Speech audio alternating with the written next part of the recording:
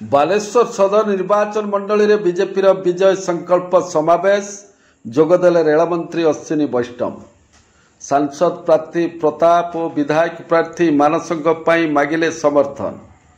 ସଦର ନିର୍ବାଚନ ମଣ୍ଡଳୀରେ ବିଜେପି ପକ୍ଷରୁ ଓଲନ୍ଦା ସାର୍ଗା ପଞ୍ଚାୟତରେ ହାଟପଡ଼ିଆରେ ଆୟୋଜିତ ବିଜୟ ସଂକଳ୍ପ ସମାବେଶରେ କେନ୍ଦ୍ର ରେଳମନ୍ତ୍ରୀ ଅଶ୍ୱିନୀ ବୈଷ୍ଣବ ଯୋଗଦେଇ ଓଡ଼ିଶା ପାଇଁ ମୋଦିଙ୍କ ଗ୍ୟାରେଣ୍ଟି ସମ୍ପର୍କରେ ଆଲୋଚନା କରିଥିଲେ। ଦୁଇଟି ପଦ୍ମ ଦୁଇଗୁଣ ବିକାଶ ହେଉଛି ଓଡ଼ିଶାର ପ୍ରଗତିର ବାର୍ତ୍ତା।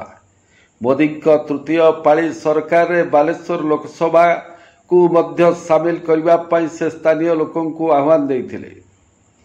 ବିଜୁ ଜନତା ଦଳ ଶାସନରେ ଓଡ଼ିଶାର ବିକାଶ ପଛେଇ ପଡ଼ିଛି। ରାଜ୍ୟରେ ବିଜେପି ସରକାରକୁ ଆସିଲେ ମୋଦି ଓଡ଼ିଶାକୁ ସବୁ କ୍ଷେତ୍ରରେ ଏକ ନମ୍ବର କରିବେ ବୋଲି ଶ୍ରୀ ବୈଷ୍ଣବ କହିଥିଲେ। ପ୍ରଧାନମନ୍ତ୍ରୀଙ୍କ ନିର୍ଦ୍ଦେଶ କ୍ରମରେ ବାଲେଶ୍ୱର ଜିଲ୍ଲାରେ ରେଳର ବିକାଶ ନିମନ୍ତେ ବ୍ୟାପକ ଯୋଜନା ହାତକୁ ନିଆଯାଇଛି। ଓଡ଼ିଶାରୁ 3ଟି ବନ୍ଦେ ଭାରତ ଟ୍ରେନ୍ ଚଳାଚଳ ଆରମ୍ଭ ହୋଇଥିବା ବେଳେ ଆଗାମୀ ଦିନରେ ବାଲେଶ୍ୱରରୁ ବନ୍ଦେ ମେଟ୍ରୋ ଟ୍ରେନ୍ ଚଳାଚଳ କରିବ ବୋଲି ଶ୍ରୀ ବୈଷ୍ଣବ ସୂଚନା ଦେଇଥିଲେ। ଏହି ସମାବେଶରେ ବାଲେଶ୍ୱର ସାଂସଦ ତଥା ଲୋକସଭା ନିର୍ବାଚନ ମଣ୍ଡଳୀ ପାଇଁ ପ୍ରାର୍ଥୀ ପ୍ରତାପ ଚନ୍ଦ୍ର ଷଡ଼ଙ୍ଗୀ ଯୋଗଦେଇ ମୋଦି ଯୁଗରେ ବିକାଶର ପରିଭାଷା ସମ୍ପର୍କରେ ବକ୍ତବ୍ୟ ପ୍ରଦାନ କରିଥିଲେ। ସମଗ୍ର ବିଶ୍ୱରେ ଦେଶର ସୁନାମକୁ ସର୍ବାଗ୍ରେ ରଖିଥିବା ଦେଶର ଲୋକପ୍ରିୟ ନେତା ଭାବେ ଗରିବ କଲ୍ୟାଣ ଯୋଜନା ମାଧ୍ୟମରେ ଆଗାମୀ 5 ବର୍ଷ ପାଇଁ ଖାଦ୍ୟ ସୁରକ୍ଷାର ଗ୍ୟାରେଣ୍ଟି ମଧ୍ୟ ଦେଇଛନ୍ତି ମୋଦି। ଦେଶ ସହିତ ଆମ ରାଜ୍ୟ ଏପରିକି ଆମ ଅଞ୍ଚଳର ବିକାଶକୁ ନୂତନ ସୋପାନରେ ପହଞ୍ଚାଇବା ଲକ୍ଷ୍ୟରେ ମୋଦିଙ୍କୁ ପୁଣି ଥରେ ପ୍ରଧାନମନ୍ତ୍ରୀ କରାଇବାକୁ ବିପୁଳ ସଂଖ୍ୟାରେ ମତଦାନ କରିବାକୁ ଶ୍ରୀ ଷଡ଼ଙ୍ଗୀ ଆହ୍ୱାନ ଦେଇଥିଲେ। ସେହିଭଳି ବାଲେଶ୍ୱର ସଦର ନିର୍ବାଚନ ମଣ୍ଡଳୀ ପ୍ରାର୍ଥୀ ମାନସ କୁମାର ଦତ୍ତ ଏଥିରେ ଯୋଗଦେଇ ପ୍ରଧାନମନ୍ତ୍ରୀ ନରେନ୍ଦ୍ର ମୋଦିଙ୍କ ବିକଶିତ ଭାରତର ସଂକଳ୍ପ ଆଧାରରେ ବିକଶିତ ବାଲେଶ୍ୱର ଗଠନର ରୂପରେଖ ସମ୍ପର୍କରେ ସୂଚନା ଦେଇଥିଲେ।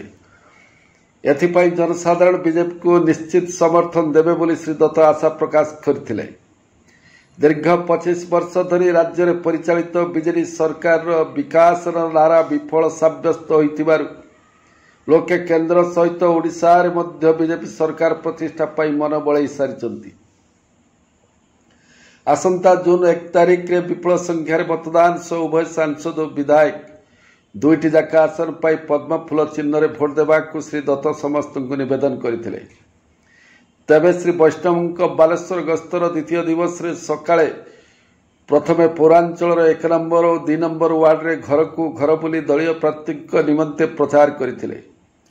ସ୍ଥାନୀୟ ଅଞ୍ଚଳକୁ ଭେଟି ଆଲୋଚନା ମଧ୍ୟ କରିଥିଲେ। ଏହି ଅବସରରେ ତାଙ୍କ ସହିତ ଥିବା ବାଲେଶ୍ୱର ଲୋକସଭା ସାଂସଦ ପ୍ରାର୍ଥୀ ଶ୍ରୀ ଷଡ଼ଙ୍ଗୀ ଓ ସଦର ବିଧାନସଭା ପ୍ରାର୍ଥୀ ଶ୍ରୀ ଦତ୍ତଙ୍କ ପାଇଁ ଶ୍ରୀ ବୈଷ୍ଣବ ଭୋଟ ମାଗିଥିଲେ। ପରେ ପ୍ରସିଦ୍ଧ ବାଣେଶ୍ୱର ମହାଦେବଙ୍କ ପୀଠରେ ପହଞ୍ଚି 3 ନେତା ପୂଜାର୍ଚ୍ଚନା ମଧ୍ୟ କରିଥିଲେ। ସାଷ୍ଟାଙ୍ଗ ପ୍ରଣିପାତ ସହ ସେମାନେ ମହାଦେବଙ୍କ ଆଶୀର୍ବାଦ କାମନା କରିଥିଲେ। Bureau report, Odisha news express.